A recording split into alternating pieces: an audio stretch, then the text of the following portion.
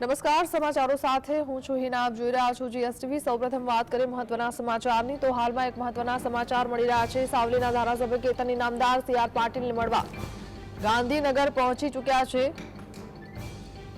CR Patil અને કેતન ઇનામદાર વચ્ચે બેઠક શરૂ થઈ છે.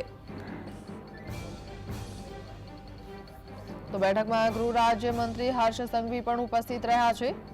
આ બેઠક ખૂબ જ મહત્વપૂર્ણ માનવામાં આવી રહી છે, કારણ કે ઇલેક્શન નજીક આવી રહ્યું છે. એવામાં જ કેટલીક બાબતોને લઈને કેતન ઇનામદારે રાજીનામું આપ્યું છે. સંવાદદાતા જતીન જોડાયા છે. જતીન, અચાનક જ રાજીનામું ધરી દેવામાં આવ્યું છે એ સમજાય એવી વાત નથી, પરંતુ એક એવી પણ ચર્ચા ચાલી રહી છે કે પોલિટિકલ પ્રેશર બનાવવા માટે આ આખો ખેલ ખેલાયો છે કે પછી સાચે કોઈ નારાજગી છે?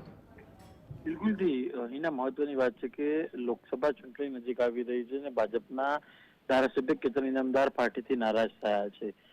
તેઓએ આજરોજ વહેલી સવારે રાજીનામું આપી દીધું છે. તેઓનું કહેવું છે કે જે પ્રમાણે તેમની સામે ચૂંટણી લડનાર ઉમેદવારને ભારતીય જનતા પાર્ટીમાં જોડવામાં આવે, ત્યારબાદ તેઓને તે વિસ્તારના પ્રભારી તરીકે નિમણૂક આપવામાં આવે, તેઓ નારાજ હોય તેવું સ્પષ્ટપણે દેખાઈ રહ્યું છે. તેઓનું માનવું છે કે આ પ્રકારના ભરતી મેળામાં મોટા નેતાઓને લાવવામાં આવે છે, પરંતુ પાર્ટીના કાર્યકર્તાઓ ખૂબ જ નારાજ ચાલી રહ્યા છે. તેમજ કેટલાક પોતાના પર્સનલ મંતવ્યોને લઈને તેઓ પાર્ટી વિરુદ્ધ હાલ સવારે રાજીનામું આપી દીધું હતું.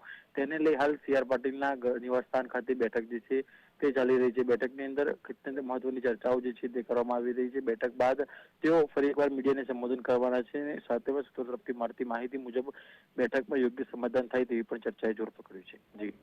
જી જતીન, પરંતુ તેમની નારાજગી શું છે?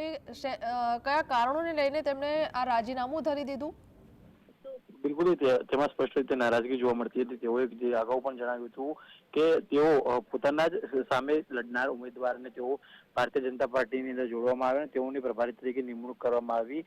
મહત્વની વાત છે કે તેઓનું ખાસ કહેવું છે કે ભારતીય જનતા પાર્ટીની અંદર વિપક્ષના નેતાઓને તોડીને લાવવામાં તો આવે છે, પરંતુ પોતાના ભારતીય જનતા પાર્ટીના જૂના કાર્યકર્તાઓ જે ઘણા વર્ષોથી મહેનત કરી રહ્યા છે તેમને યોગ્ય ન્યાય નથી મળતો.